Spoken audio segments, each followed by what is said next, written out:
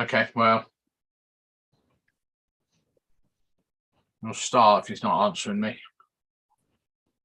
Okay, good evening, everyone. Welcome to the Finance Working Party meeting of Haverhill Town Council for the Tuesday, 11th of October, 2022. I don't know how you want to do this, Colin, for agenda item 2. Oh, you're muted. The common thing for Zoom. Yeah, you can take this item. Okay, all right, so welcome. So we've got election of a chair. Can I have nominations, please? Councillor Hanlon. You're muted, Pat. Silly me. I nominate Councillor Burns. Okay, is there a seconder for that, please? Councillor Liz Smith. Any other nominations? Councillor Lucarini is not here. I don't know what's he did. I think he might have just sent me a message. Bear with me.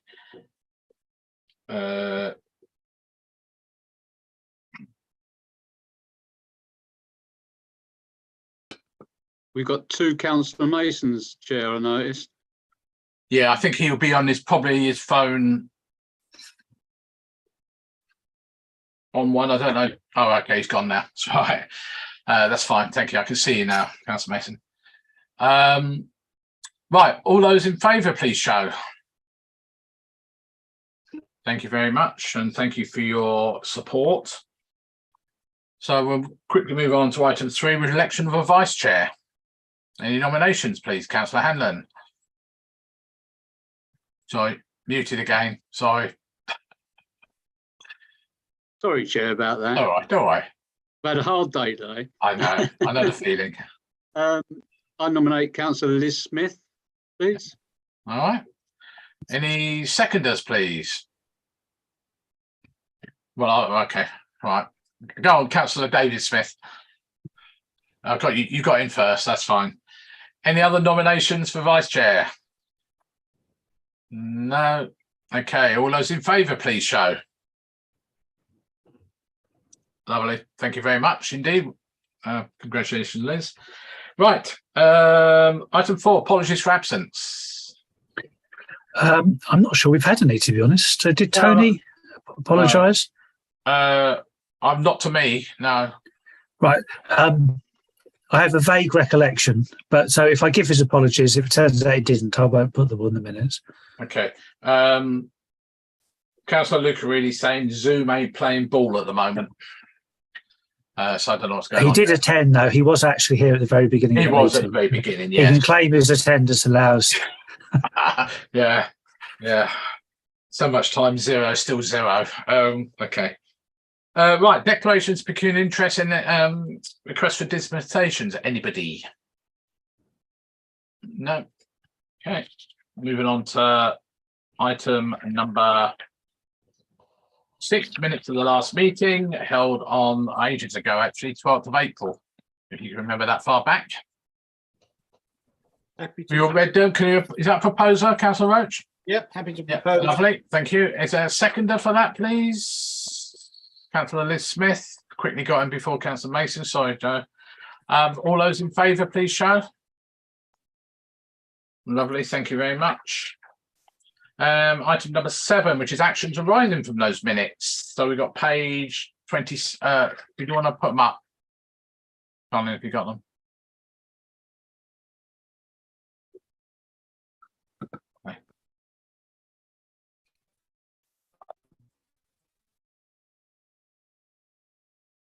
Okay, so we got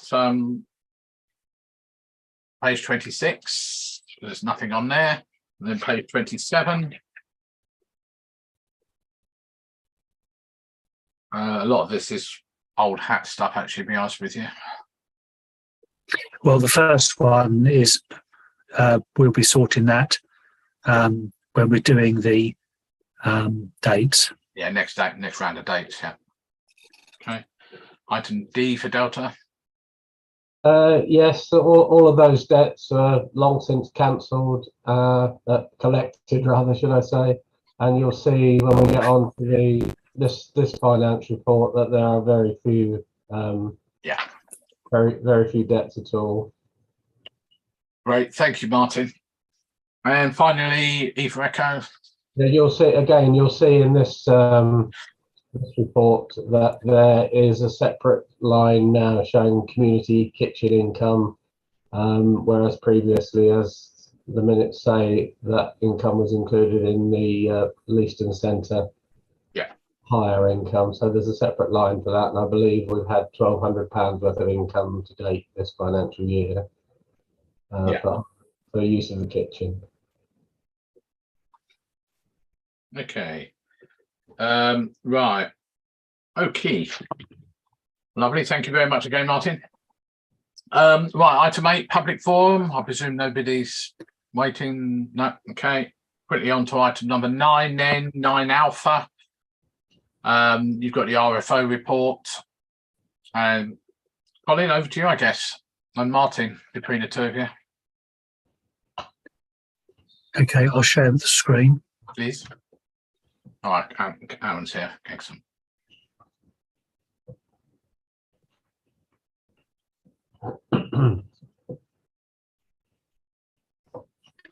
Right, can you see budget report summary? Not. Yes. Yeah. Okay. Good. So, usual listing, as always. The negative variances at the end represent us having spent less than we might otherwise have expected. The ones that are positive are where we've spent more than we might otherwise have expected. So I think I can just run through the notes on those if that's helpful to do so. Yes, please. So just to say, just in case, obviously the mayor isn't here, but the expenditure in this financial year for mayoral charity is all to do with giving out the grants at the May annual meeting of the council, because of course that's when the fundraising year ends, although it's actually gone, it goes, obviously that's part of 2022. The kiosk, that's finished for the year, so we've got one more month to add to the numbers. So gross profit, there was a gross profit made, but looking at the figures, and thank you to the chair for Councillor Burns having produce all the reports showing how much income has been generated, I'm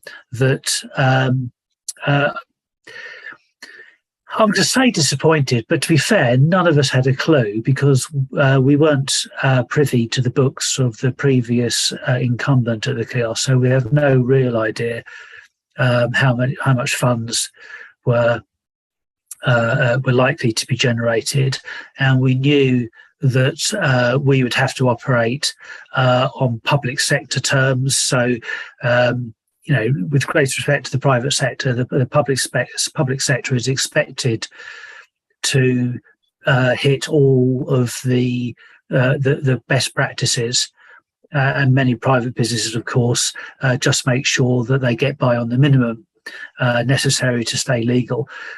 So, we had 2 people at least on duty at all times. We never operated just one person. And obviously, we were operating at high standards throughout. We got our 5-star hygiene rating. There was a lot of new equipment put in there.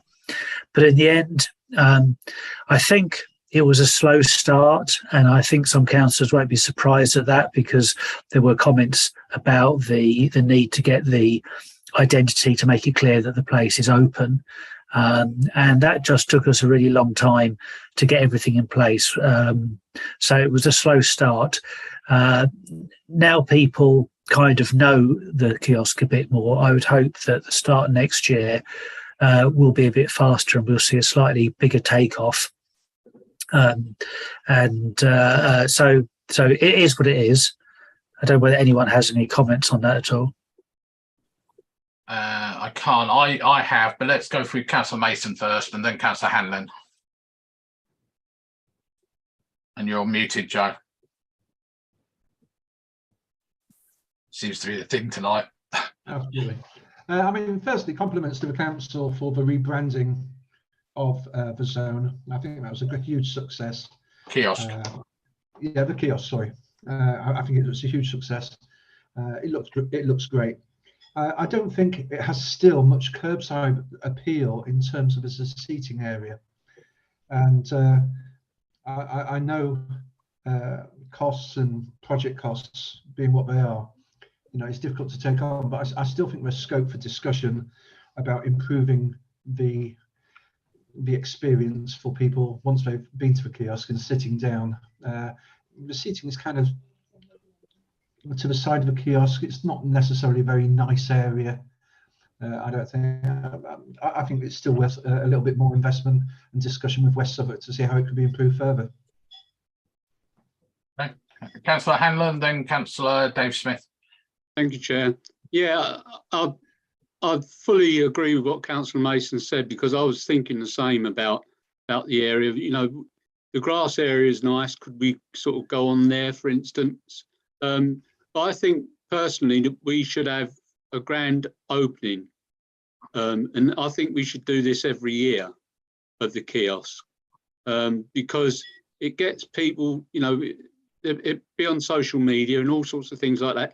We could perhaps offer something cheaper or something so much % off on the grand opening day to try and attract as many people as possible.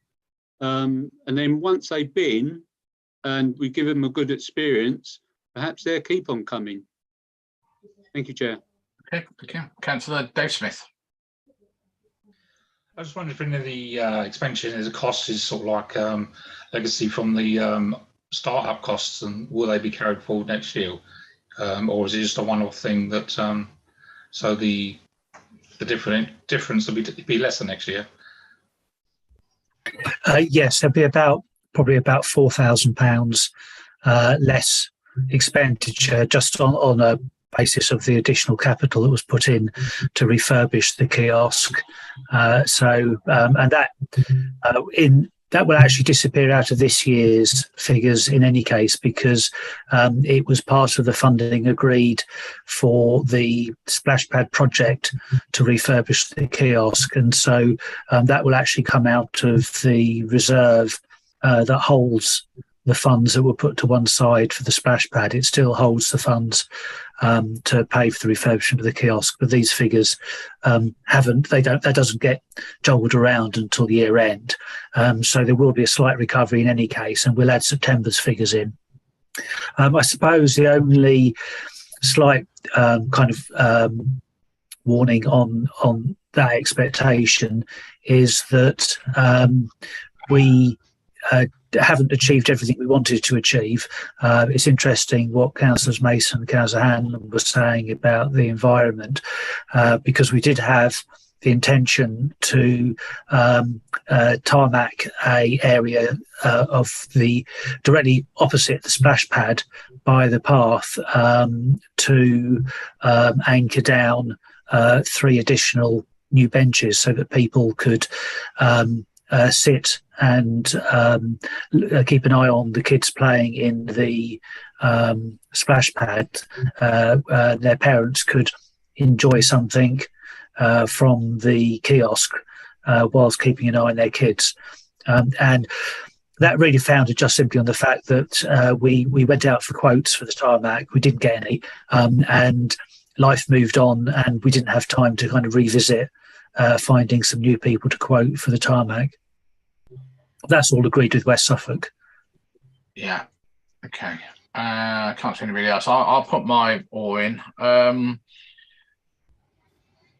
Yeah, in terms of the tarmac, it might be worthwhile talking to the company or the guy who did the railway walk. He was the only one who actually quoted for that as well.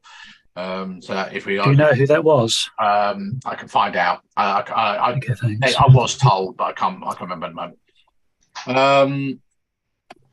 One thing about the benches, I agree. Obviously, they're West Suffolk's benches. They're actually to do with the park, not with the kiosk. That's what they were put there for originally. So obviously they manage that. Actually, that's been written into the agreement for the kiosk. It's our responsibility to keep the area and the tables in good condition. Correct. Yeah, but whilst we're open. Yeah, before that was they were part of the thought. But anyway, one thing we have to be wary of, there is quite a lot of antisocial behaviour in that area, and putting more benches out there may attract even more. And I'm talking about at night time. The night time when everything is shut up, there's quite a lot of stuff going on there. So we have to be wary about that. I think in terms of the kiosk itself, we did do a soft launch, as it were, but we never actually did a big launch, as Councillor Hanlon said. A lot of people didn't know it was open. There was, I'm going to say, and I think I'm right on this, there was actually zero advertising for it during the year on social media. Things like the number, I mean, I was working there for quite not working, installing things and doing things. The number of people who would come up and say, do you take cards? Because obviously the previous incumbent never did. And that was seen from the sales, where the distribution between cash and card was by far dominated for the first few months, probably, with cash sales rather than card sales, where the zone is completely opposite way around. And obviously we didn't have a sign for several weeks. But all of this, the one thing that did sell well was the slush machine stuff. Personally, I'm not a fan of it, but because it affects my back of my head, as it were. But all of that, saying all of that, next year's another year. And I think we start off early. We did open up, I think it was 2 weeks late this year because of the work going on. So, hopefully we'll get open at the beginning of April, and the weather's better, maybe even a bit earlier. And all those things hopefully will be resolved. So from day one, and whether we have a launch or anything is another matter. But certainly if we can advertise it quickly to say, right, the splash pad is going to open on this day, the cafe kiosk is going to open on X day, let's get it out there and people might do it. The biggest sales tend to be when the kids come out of school, whether they're passing from Samuel Ward, on the way home, or from across the road in what's it called, Park Farm, where it's called Park Farm, Place Farm, not Park Farm, Place Farm. Park Farm's a place I used to know when I was a kid. Sorry. So yeah, I thought yeah, it's not unexpected but it's actually probably less than I thought we were gonna not gain, if you like. Is there any other comments on this at all, Councillor Hanlon? Thank you, Chair, for letting me come back. Yeah, is there a banner that we have or that we could make that faces the road? Because the problem is, if you're driving along or walking along, you cannot see it open, especially if you're coming from town, or even going into town. It's very hard to see if the kiosk is open. So I'm just wondering if there's a banner we could put up with the opening times or when it opens, from and to. Thank you, Chair. Colin? Yeah, I think because we've got all of the main stuff put to bed now, we can look much more at the marketing side of things and hit the ground running.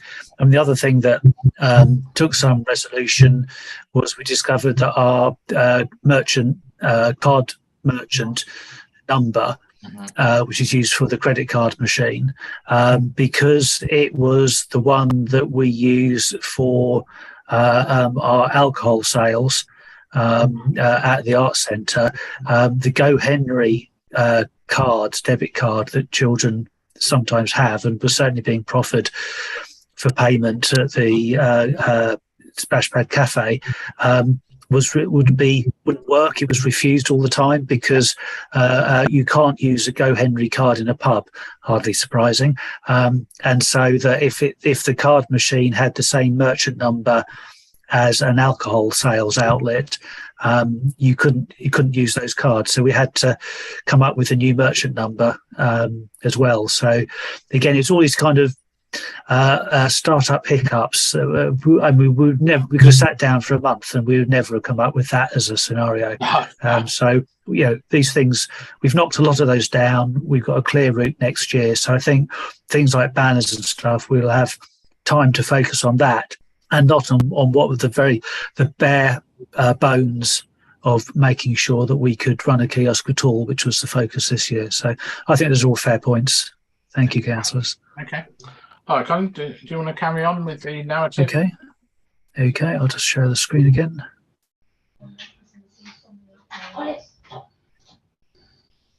Right. So that's the kiosk. Just in case any of you were surprised to see Heart of Haverhill and One Haverhill costs being mentioned, that was all kind of beginning of April stuff, and a few late bills that were presented. That's not something that's happening now. The zone, I think it was slightly disappointing in a way. It's one of those things.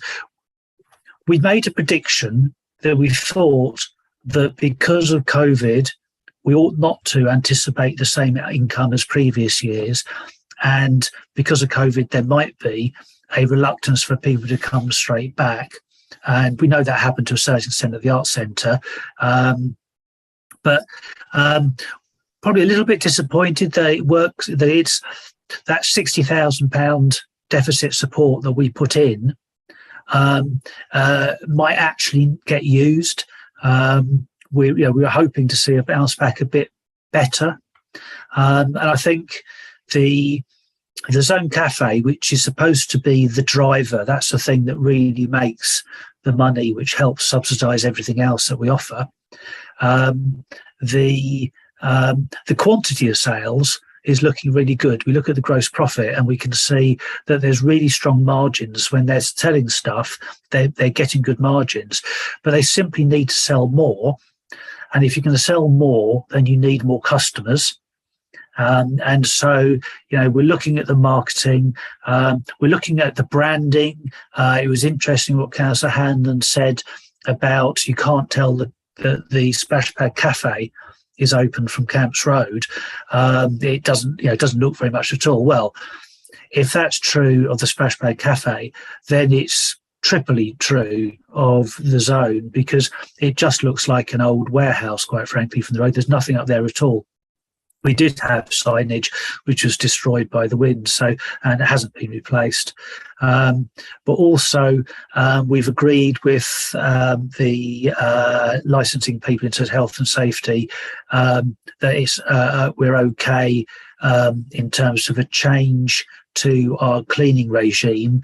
I mean, COVID figures going back up again, but working on current basis so that we don't have to close halfway through the day to have a clean, so we can actually stay open the whole way through, and that's useful on costs and it's useful on the income side of things. So I'm hoping to see from November onwards that we begin to see stronger figures.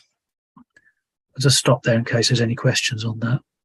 Again, I've got something, but we'll go with Councillor Hanlon, then Councillor Dave Smith. And guess what, Councillor Hanlon? Sorry, Chair.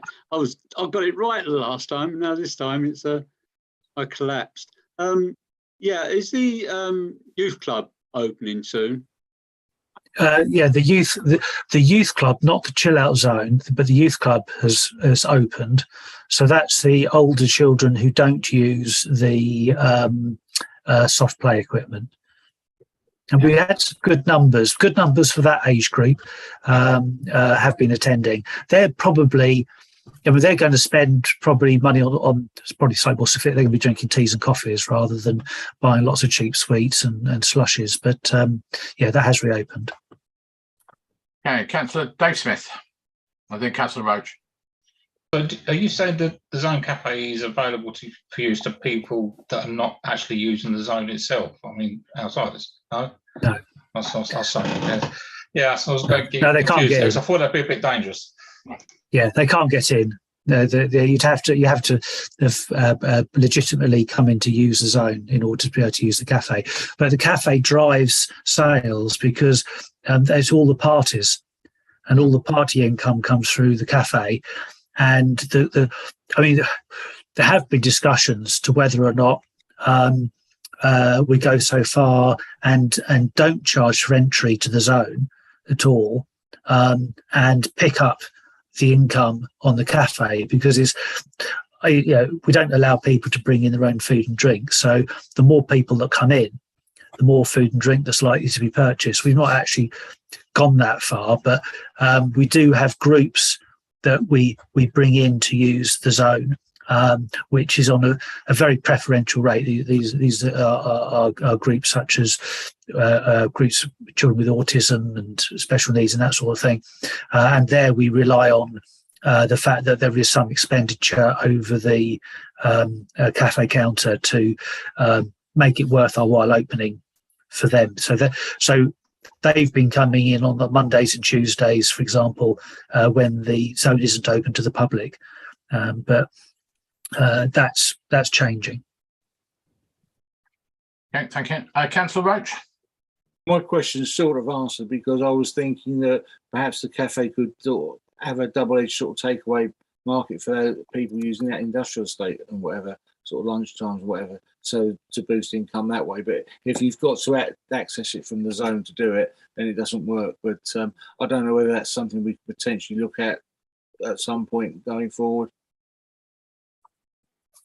Could do. I don't know whether anybody else is doing that sort of thing in terms of whether there's a delivery service to be done around there. I have to be honest and say that I would be amazed if none of the kind of mobile cafe things haven't I'm not tried sure that one themselves. Yeah, I'm not sure whether there's a burger van up there or not on that one. No, there's a sandwich van that goes round. Yeah, but it's just a potential at some point in the future to look at, I suppose. Yeah. Trouble is, it's on the far side of the building, away from the main door, so you've got that problem. Yeah. Well, not if you did off-site sales. In other words, people you delivered. People ordered the stuff and you delivered it. You do that, yeah. But it says again, you're upping your staff costs, so you'd have to have a fair volume to make that viable. Yeah, absolutely. Councillor Hanlon again. Yeah, Colin mentioned about thinking about free access to the ball pit. I was wondering if there's any way loyalty cards are, you can have a stamp do that, or maybe you could do it through computerization. I don't know, but would it be like if you bought so many coffees or teas or confectionery? If you've done that so many times, then you'd get free entry for that. That sort of way of thinking. I don't know whether Councillor Burns could answer that question. I thought, have they not got something like that? I know that discussion has taken place. I've been party to a discussion, but I don't know whether they've actually tried it or not. No, you'd know because of the till system. Yeah, I mean, I think what thing we haven't done at the moment, and that's something maybe we need to sit down and do, is the till system analyzes to the nth degree what is sold. So I could tell you that 18 months ago, somebody at 11:30 in the morning bought a cup of coffee, for example. The system is that detailed. And I think that's something we need to look at, is what we're selling and what time it's selling. I think the opening hours has been an interesting one, because I've not been agreed for a little while for that closure during the day. But equally, I do wonder, and without knowing the details, is whether, for example, should you open at, 9 in the morning to capture the kids, the young kids whose parents have just dropped their kids off at school and, you know, want to deal with somebody before they go for their morning nap, or if that's what happens these days. But all this is an analysis. In terms of things like loyalty, I'm not aware that we've ever done anything like that. We do have the problem at the moment, and I think it is a problem. People are still expected to book through the art centre booking system.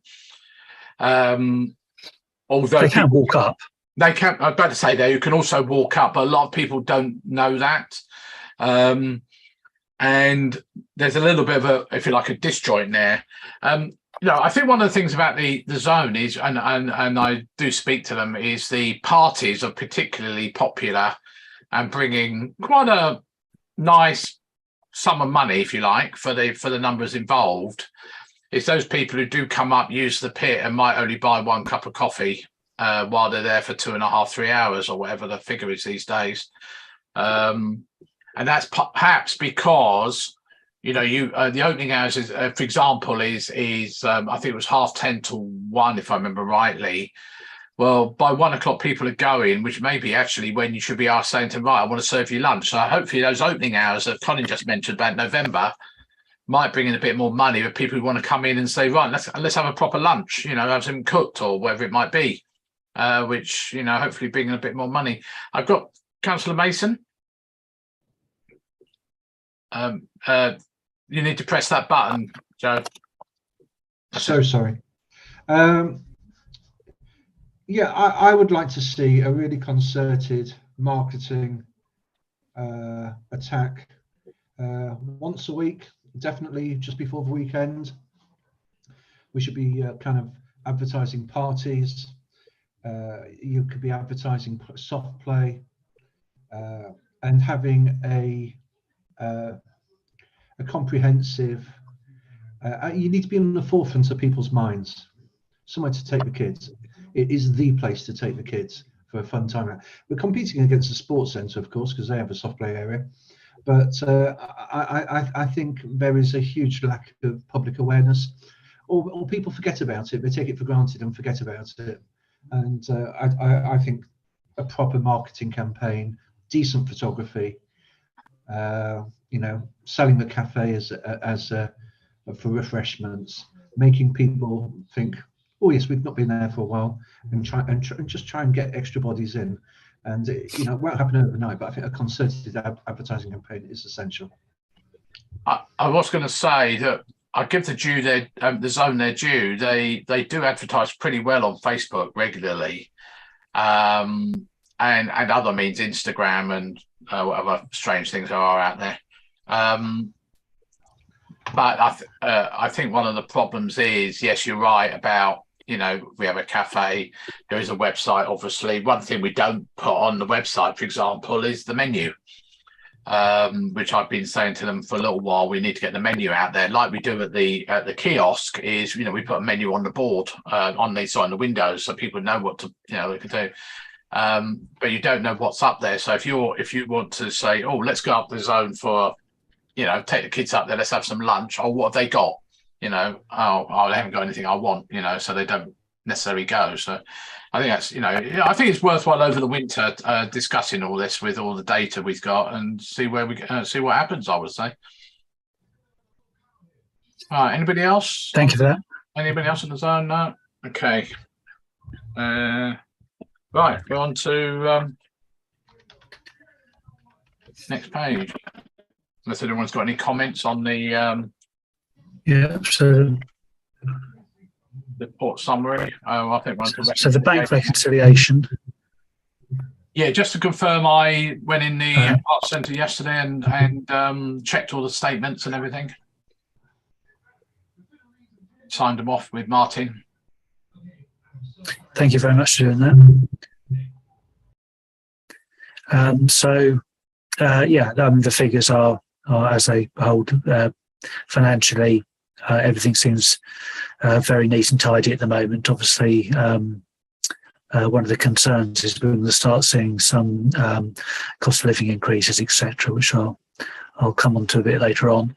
But at the moment, figures are all looking okay. Can I just ask Colin on that? We got 1.1 million in a zero interest account. The business account at the top. Yeah. Is it possible? Is it worthwhile putting some of that, even if it's only that 0.5% account? So they've changed their processes so that the I mean, we can certainly put some money into the business instant access, but the bonds are no longer notice accounts. They're now fixed term accounts. Okay. And to be honest, the amount of interest is tiny, but I do take them. We could certainly move something to the business instant access because we can get back to that quite quickly. In theory, we could spread the money out and put it and work out, put some in for 3 months and some in for 6 months. But last year we got very, very close to penalties. We got through by the skin of our teeth, avoiding having to take money out. Councillor Liz Smith is trying to attract your attention. Yeah. Sorry, I was just about to say, Councillor Liz Smith. Yeah, you'll press that button. Yeah. It's Dave's pressing the button. It's done, yeah. Oh, have you done it? Okay, so the business account, I'm taking it's like the business equivalent of the current account, is it? So you've got the monies in there to cover immediate costs, would you say, or? Yes. Yeah, okay, that's fine. So I just wanted to confirm that, because obviously in the cash book you need the money to pay people, etc., don't you? So yeah, okay, lovely, thank you. Okay, thank you, Colin. Another one? Debtors and creditors. I don't know whether Martin has any commentary he wants to put on this. There's not a lot to say, really. There isn't much to say, really, as you say. That creditors, to start at the bottom of the page, creditors at the end of August were nearly 31,000. We paid since then. At the time of doing this report, we paid 21,000 of that, which left 9,788. Large part of that was the rent owed to the community trust, which has also since been paid. And the other creditors less than 30 days, although I haven't got an analysis of that, they're almost certainly all direct debits which have been taken since. And obviously we're always pretty good on keeping on top of our creditors. The debtors are in a pretty good place on. At the end of August, we had £11,794 outstanding. We collected 2,110 after the end of the month, which left 9,684. There was another intercompany invoice, which is salary recharges, and that again has been subsequently paid. That's leaving around about £300–400 outstanding after that. The £200 payment has since been taken as well, collected. So I think at today's date, we have just about £200 outstanding, one of which is an over 90 days one, which you'll see at the end of the report. So we've singularly failed on this occasion to make contact with this individual. So it may be councillors might want to take a view at when we get to the over 90-day debts at the end of the report as to what action they might want to take. Thank you, Martin. That's great. I mean, that's really good compared to the, call it the turnover, if you like. It's virtually nothing, isn't it? Yeah, thank you very much, Martin, for that. We then have the community trust figures. Yeah. So now probably easiest, unless anyone's got any questions about the detail, to scroll right through to the consolidated account there. So at the moment, I think, we're reasonably on target for where we expect it to be. That's all to the good, really. I don't think there's anything of any great concern there at all. Whether anyone has any questions on it? I can't see any. Nope. Okay. The bank reconciliation is there, and debtors and creditors. Again, it's a lot of this actually. Martin didn't really mention, but you can probably see from the figures, of course, is that always with these figures the main debtor is the town council for the community trust, and the community trust for the town council. This to say that very much is the opposite side of the coin of the last report Martin gave. I don't know whether Martin's got anything extra he wants to add on this one. Just to say that those inter-organisational debts have been settled in the last few days, and also the debtors figure for invoices under 30 days, which shows at 495 in the report.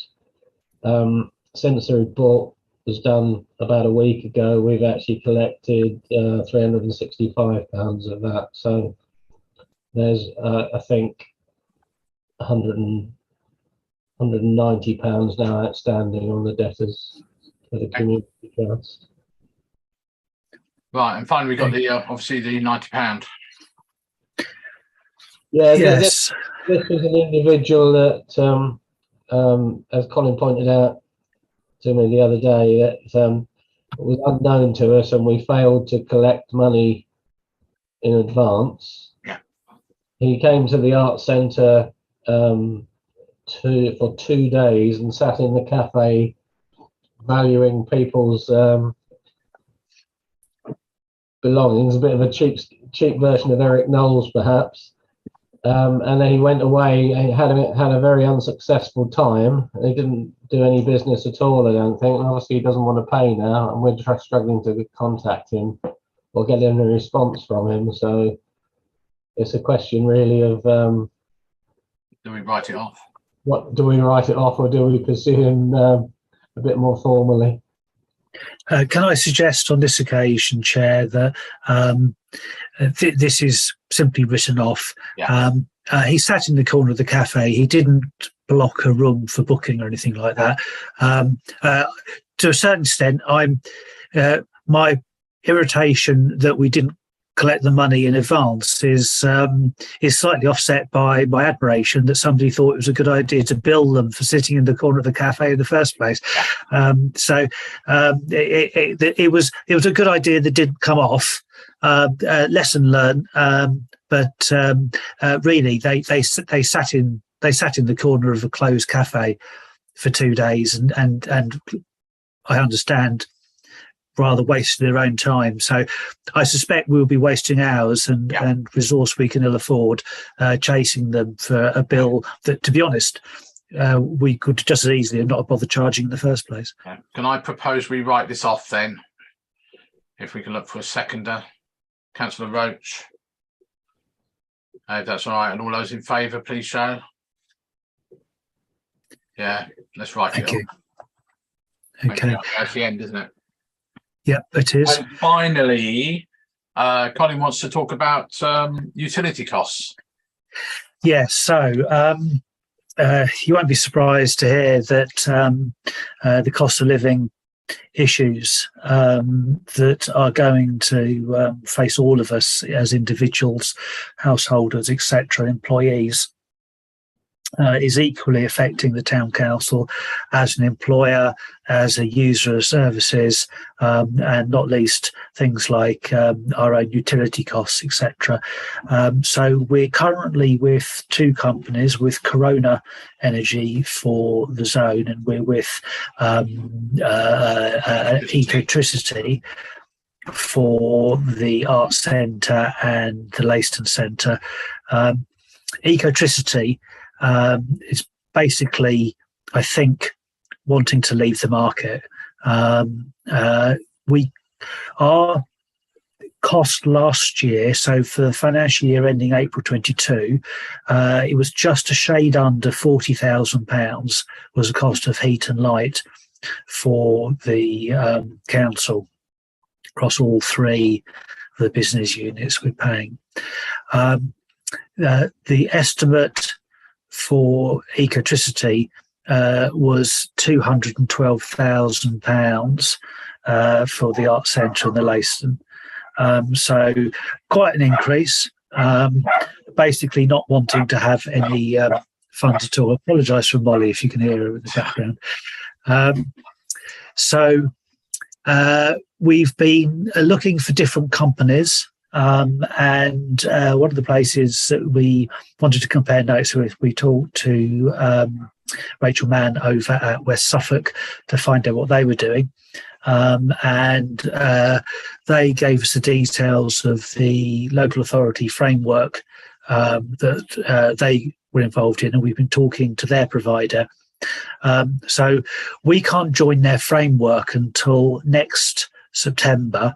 I'm not entirely sure of the circumstances, but there's some form of sort of probation period that we need to be with a different part of the same provider before we can access the framework agreement. I can't give you any explanation for why that is, other than it might be more profitable for them to do that. I know in public sector framework agreements can be pretty tough on the provider. So we've been looking at the numbers, and if I can put those on screen, just to give you an idea of what we're looking at. So there's a company called U Energy that they found, and we're basically looking at a cost of £162,000 to take us through to next September from now. So it's fourfold increase.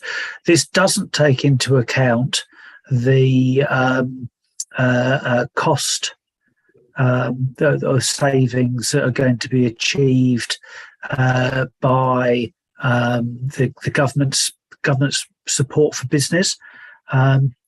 Unfortunately, at the moment, the government support is unintelligible, so we can't really work out exactly what it is that they're going to do. We know that they're not covering the standing charge, and one of the things that's really annoying is that the standing charge is all over the place, 29p a day and £5.30 a day, and we've challenged this, and you won't be surprised to hear they're not budging on these things at all. So there's strange charging, but at the end of the day, it's actually, it's the amount of energy we're using rather than necessarily. So the standing charge, the availability charge, that's a charge to make electricity available to you.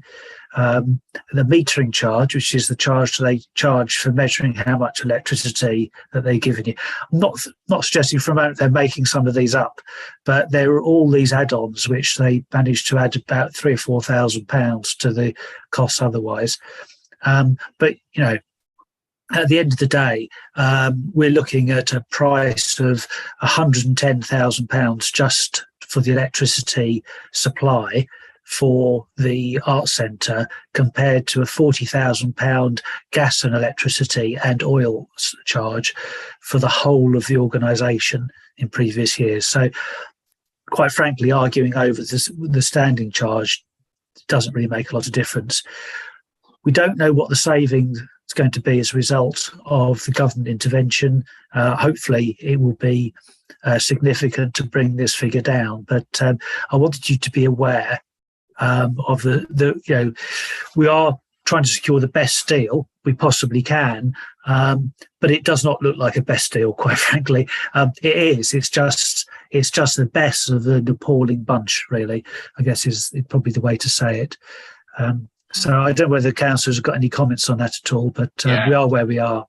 I have, before I get on to that, I have looked at this, obviously for my own business. They keep talking about this wholesale price and this government support rate and everything, and no one really knows what how it's going to affect us at all. We're working on the basis we're only going to get about 35% discount on my business on 160% increase to our costs. So it's, it's hardly, okay, it's nice to have, but it's not as much as, saying to somebody, right, you don't have to pay any business rates for a year or something. Councillor Liz Smith. Yeah, I was just going to ask, you're talking about the local authority framework. I'm assuming that we would get some discount from joining that framework. Is that what you're saying, like a procurement process? Am I understanding that correctly? You're muted. Sorry, that's a better price than we were getting from anyone else. Yeah. And there were companies not wishing to quote.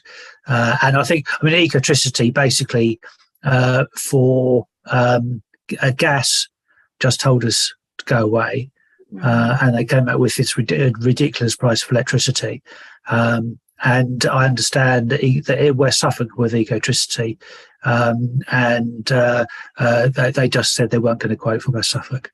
I can only assume that they've bought gas at such a price that they don't want to sell it. That it would just bankrupt them if we use the gas at the prices they'd be able to charge. They would be ruined. Yeah. Councillor Dave Smith. I just wondered about the green credentials of this company. Are they environmentally friendly, a renewable source? It says it's green energy. Those of you who've listened to the, say, Councillor Stinchcombe explaining what that might actually mean at one of our energy and sustainability meetings will know that what looks green may not necessarily be green. We did look at other providers, and the thing is, it's because the government hasn't decided to regulate renewable energy. Renewable energy is getting charged at the same price as non-renewable energies, and the caps, of course, will bring everybody into line. Gary made the point. Gary's been doing all the heavy lifting on the research on this. That whilst we all support the green agenda, I don't think the taxpayer can afford to indulge us on this one. To be perfectly honest, I know it's terrible, and it is green energy, but it may well be a certain amount of renewable credits being involved. But otherwise, we're just going to be paying. I just wasn't aware the price of wind had gone up. That's all, Yeah, well, it hasn't. It hasn't, and that's the argument that's going on. Is that because that renewables are tied to the price of gas. The renewable energy prices have gone up exactly the same. So renewable companies are making massive unearned profits. And of course, this government has ruled out windfall taxes. So whether they're going to cap renewables, I don't know. But basically, renewables are being allowed to make absolutely screaming profits. So yes, it doesn't cost them any more than it ever did.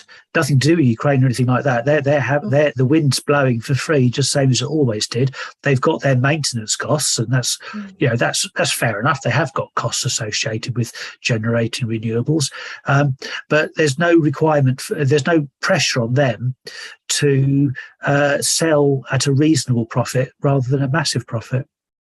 Yeah. Capitalism for you. And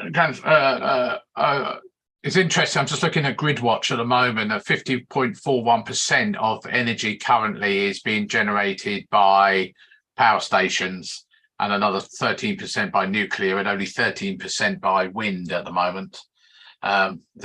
It does, whether we've had a lot of wind, I think that's one of the problems with that sort of technology, isn't it? Councillor Mason. And press that button, please, Joe.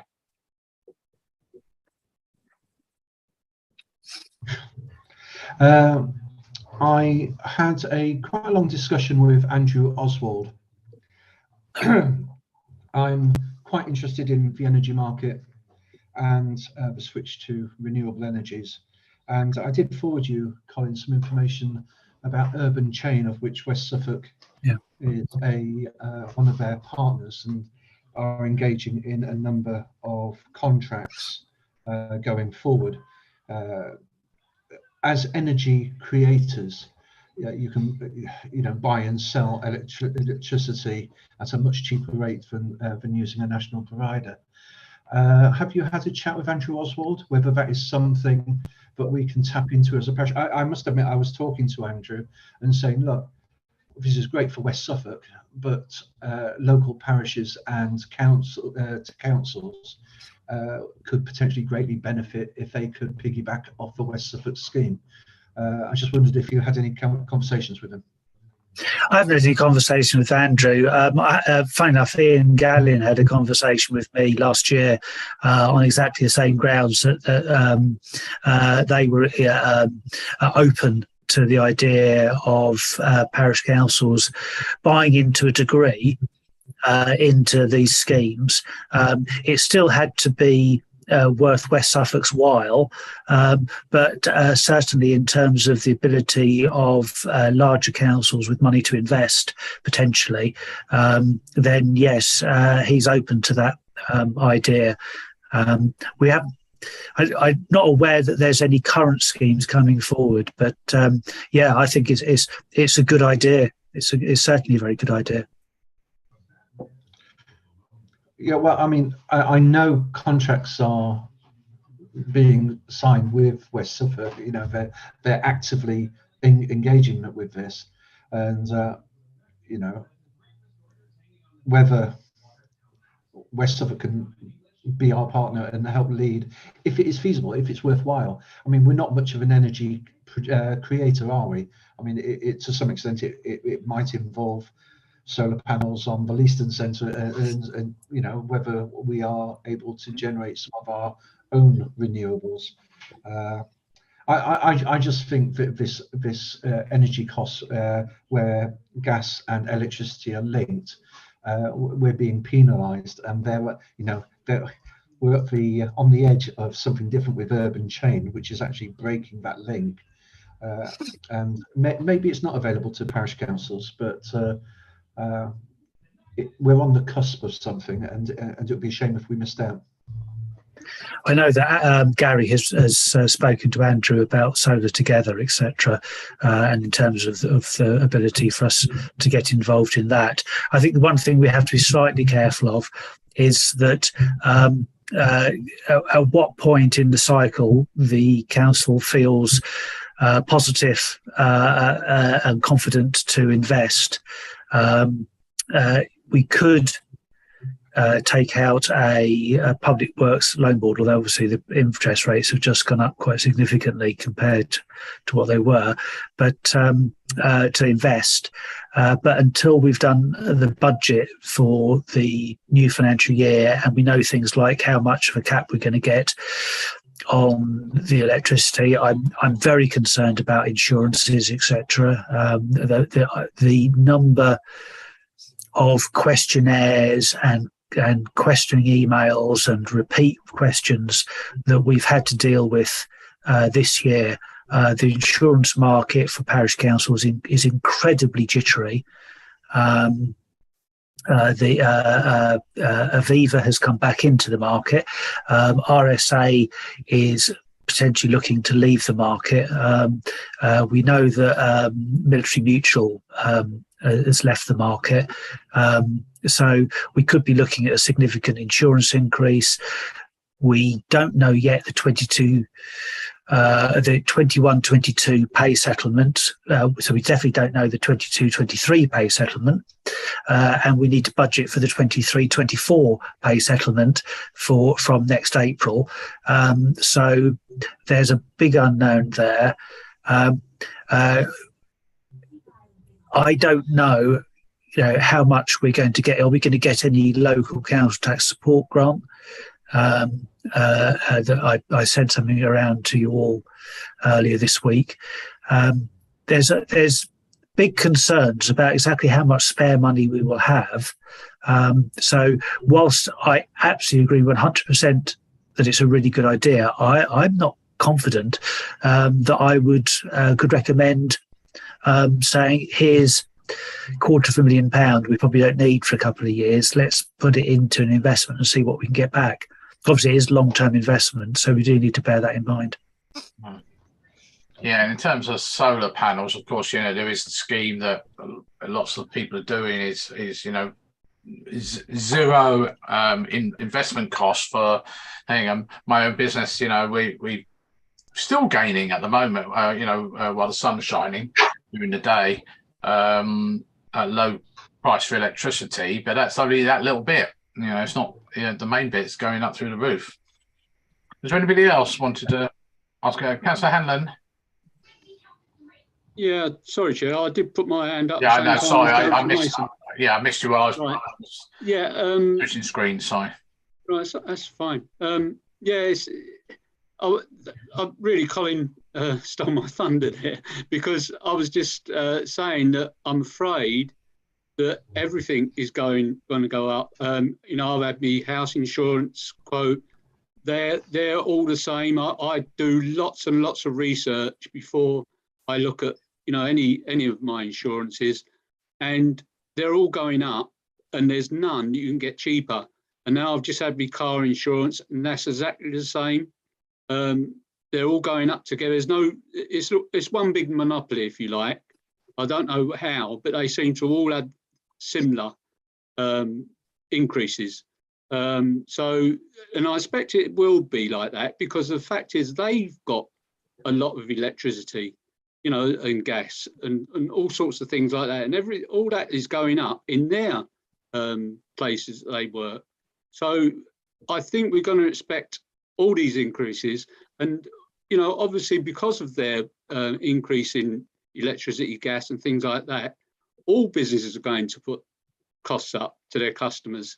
But the only problem we've got, being the council, is that we've got to charge, if we do that, we've got to charge our constituents, our people that pay council tax. And that's the big problem we've got as parish councils, district councils and county councils.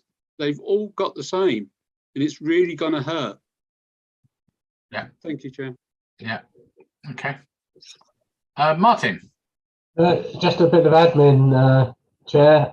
Gary asked me the operations manager asked me to raise this evening. He was considering some utility prices, some quotes today. I don't know if it was this U Energy company, but they insist before they'll move forward with us that they need a signed direct debit in place. So he wanted me to forewarn councillors that 2 of you might be needed at short order to sign the direct debit to get it off to them whenever that might be. Okay. Well, I think if we could ask if 2 bank signatories, I'm sorry, I'm just being slightly unfair. I've realised there's only 2 on the call.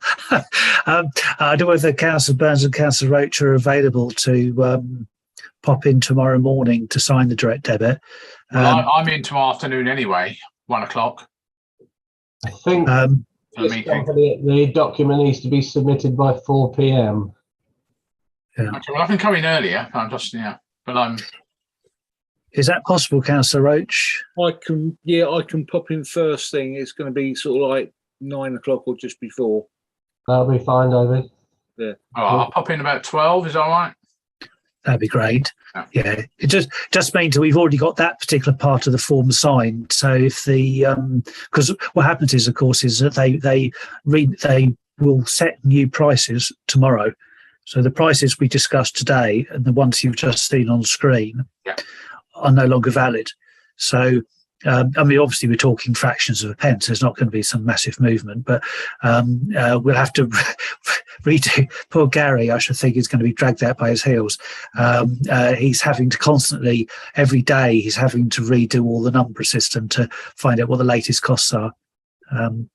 It's been torture for him. So I think we're at the point now, if we don't sign up, we're going to default out of the fixed contracts which are ending, and end up on the open market with Ecotricity. And I think it's like a tenfold increase in price. We've already seen one go up already. I think it's gone up from £400 to £1,800 a month. Is that right, Martin? Yes, certainly. Yeah, that was the one we saw yesterday for Corona. Yeah. Martin, has it got to be a physical form? So can you email me one to sign and stuff? What I was handed today, David, was a physical form, I'm afraid. All right. So what's the earliest I can get in there? What time are you in? I can get there earlier if it helps you to get away and do what you need to do earlier. I can be there. Yeah, 8:30ish. Yeah, I can be there for 8:30 if that helps you. Yep, cool. You have to bang on the door. Yep. Okay, no worries. Okay. Thank you. No, David. thank you very much. Right, thank you. Any other questions on utilities at all? Yeah, it's just a forewarn that, mind you, we don't use much diesel on the council, do we? But diesel prices shot right up, 6p a litre. There is a couple of places in Haverhill that still got it at the old one, 179. It's gone up to 185. So that's because of the pound's gone down. So Yeah, we get ours through the council depot. that could affect prices of electricity and gas as well tomorrow. It'll affect domestic heating oil as well, which we've seen go up by about 10% in the last few days. In actual fact, I was just looking at that myself, and obviously that affects us for the zone. But it's a volatile market, and depending on what the Bank of England do and what the Chancellor stands up and does, and when he does it, that might come back down again. But obviously, the OPEC's decision to reduce supply is whether it's a noticeable pressure, because in a market where consumption is going down anyway, I think a lot of their increase their restriction was discounted by the markets, but it's a pressure in the wrong direction that we could do without. Yeah, I keep looking at my company shares; they go up and down like a yo-yo as well. Anyway, anything else on that at all? Nothing. Okay. Right, moving on. Was that the last thing you had on that? Nothing else other than it was. Yeah, right, that's fine. Lovely. Well, item 10, date next meeting, Monday, 23rd of January next year. Another year passes. Obviously online still. And item number 11, closure at 20:07. Yeah, like to stop the whole thing for us when you get a chance.